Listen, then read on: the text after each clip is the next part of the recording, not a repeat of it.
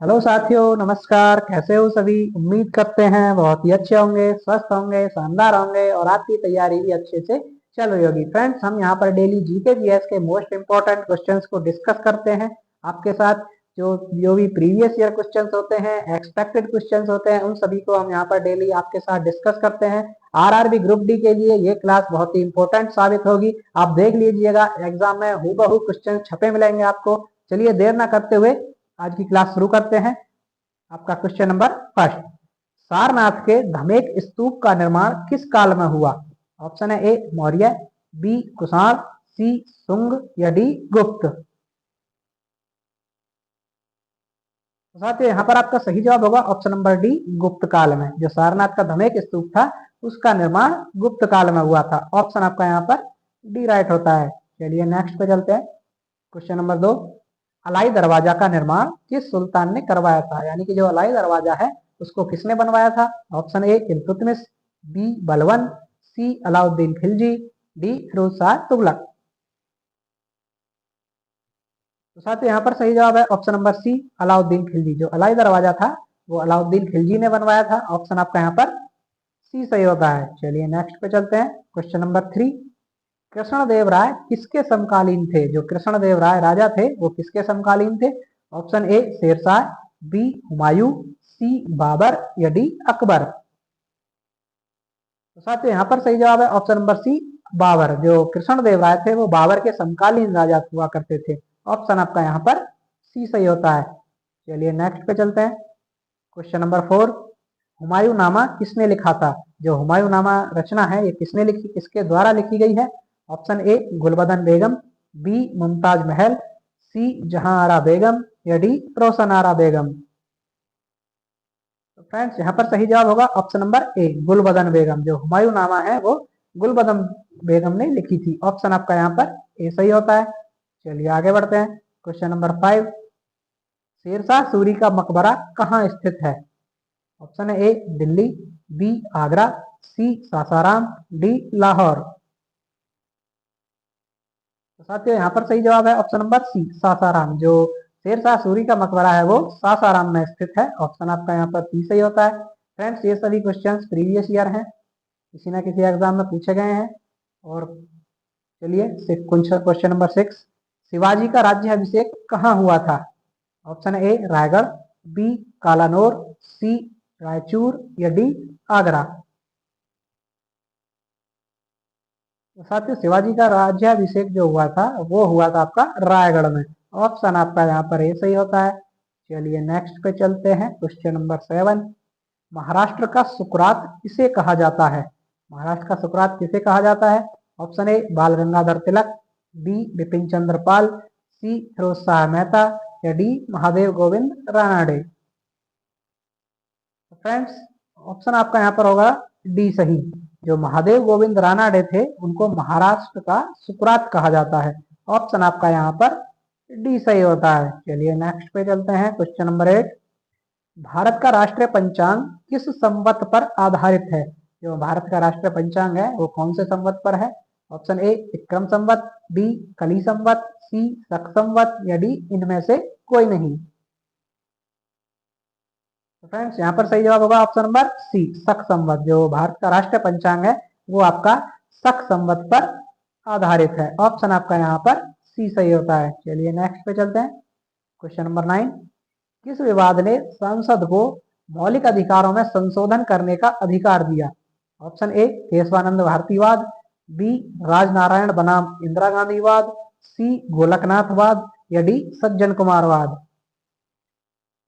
तो फ्रेंड्स, वो था आपका केशवानंद भारती वाद जो था, उसके द्वारा संसद को मौलिक अधिकारों में संशोधन करने का अधिकार मिला था इस विवाद के बाद। ऑप्शन आपका यहाँ पर ए सही होता है। चलिए आगे बढ़ते हैं। क्वेश्चन नंबर 10, एक वर्ष में कम से कम कितनी बार संसद की बैठक होना आवश्यक है? यानी एक साल में कम से कम कितनी बार संसद की बैठक होनी चाहिए? ऑप्शन है ए एक बार, बी दो बार, सी तीन बार या डी चार बार। तो फ्रेंड्स, यहाँ पर सही जवाब है ऑप्शन नंबर बी, दो बार। एक साल में कम से कम दो बार संसद की बैठक होना आवश्यक है। ऑप्शन आपका यहाँ पर बी राइट होता है। चलिए नेक्स्ट पे चलते हैं। क्वेश्चन नंबर 11, राज्यसभा के सदस्यों के लिए न्यूनतम आयु है, यानी कि जो राज्यसभा के सदस्य चुने जाते हैं उसके लिए न्यूनतम आयु सीमा क्या है? ऑप्शन है ए 21 वर्ष, बी 25 वर्ष, सी 30 वर्ष, डी 40 वर्ष। तो फ्रेंड्स यहाँ पर सही जवाब है ऑप्शन नंबर सी 30 वर्ष। उसके लिए 30 वर्ष आयु पूर्ण होना आवश्यक है राज्यसभा का सदस्य बनने के लिए। ऑप्शन आपका यहाँ पर सी सही होता है। चलिए नेक्स्ट पे चलते हैं। क्वेश्चन नंबर 12, परिसीमन आयोग का अध्यक्ष होता है, यानी कि परिसीमन आयोग जो होता है उसका अध्यक्ष कौन होता है? ऑप्शन ए राष्ट्रपति, बी गृह मंत्री, सी मुख्य चुनाव आयुक्त या डी प्रधानमंत्री। तो फ्रेंड्स यहाँ पर सही जवाब है ऑप्शन नंबर सी मुख्य चुनाव आयुक्त। जो मुख्य चुनाव आयुक्त होता है वो परिसीमन आयोग का अध्यक्ष होता है। ऑप्शन आपका यहाँ पर सी सही होता है। चलिए आगे बढ़ते हैं। क्वेश्चन नंबर 13, संघ सूची का विषय नहीं है, यानी कि जो संघ सूची होती है हमारी उसमें से इसमें जो विषय कौन सा नहीं है उनमें? ए पुलिस, बी सिक्का, सी डाक या डी तार।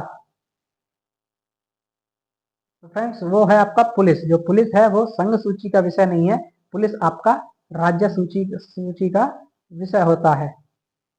ऑप्शन आपका यहाँ पर ए सही होता है। चलिए आगे बढ़ते हैं। क्वेश्चन नंबर 14, पृथ्वी के निचले भाग में निकेल और लोहे की प्रधानता होती है, यानी कि कौन सा भाग है पृथ्वी का जिसमें निकेल और लोहा प्रचुर मात्रा में पाया जाता है?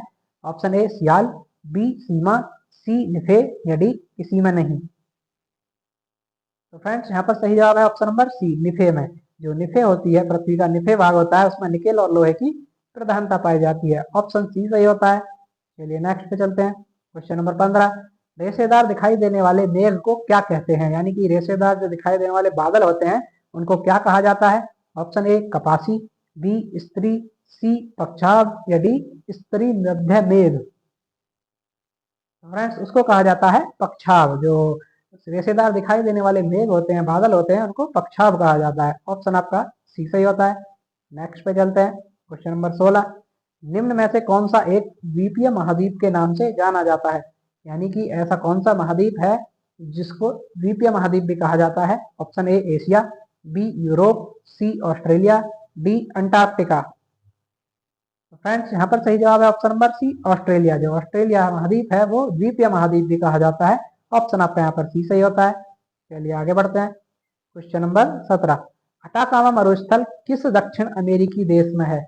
जो अटाकामा मरुस्थल है वो कहाँ पर है? Option A Chile, B Peru, C Brazil, D Colombia. तो फ्रेंड्स यहाँ पर सही जवाब है ऑप्शन नंबर ए चिली। जो चिली देश है वहां पर अटाकामा मरुस्थल स्थित है। ऑप्शन आपका यहाँ पर ए सही होता है। चलिए नेक्स्ट पे चलते हैं। क्वेश्चन नंबर 18, सबसे अधिक लवणीय सागर है, यानी कि सबसे ज्यादा लवणता कौन से सागर में पाई जाती है? ऑप्शन ए अरब सागर, बी भूमध्य सागर, सी लाल सागर, डी मृत सागर। तो साथियों वो होगा आपका मृत सागर। जो मृत सागर है उसमें सबसे अधिक लवणता पाई जाती है। ऑप्शन आपका यहाँ पर डी सही होता है। नेक्स्ट पे चलते हैं। क्वेश्चन नंबर 19, मैटूर बांध किस नदी पर स्थित है? जो मैटूर बांध है वो कौन सी नदी पर है? Option A Gavani, B Kaveri, C Hemavati, D Palar. Friends यहाँ पर सही जवाब होगा ऑप्शन नंबर बी। जो कावेरी है, कावेरी नदी, वहां पर मैटूर बांध कावेरी नदी पर स्थित है। ऑप्शन बी सही होता है। चलिए नेक्स्ट पे चलते हैं। क्वेश्चन नंबर 20, घूमर नृत्य शैली की उत्पत्ति किस राज्य से हुई है, यानी कि घूमर जो नृत्य शैली है वो कौन से राज्य से संबंधित है ये पूछा है।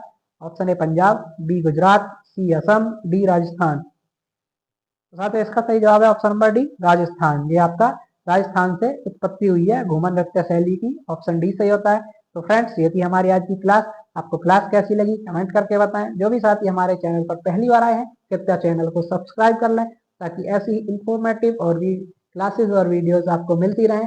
चलिए मिलते हैं नेक्स्ट वीडियो में, तब तक के लिए धन्यवाद।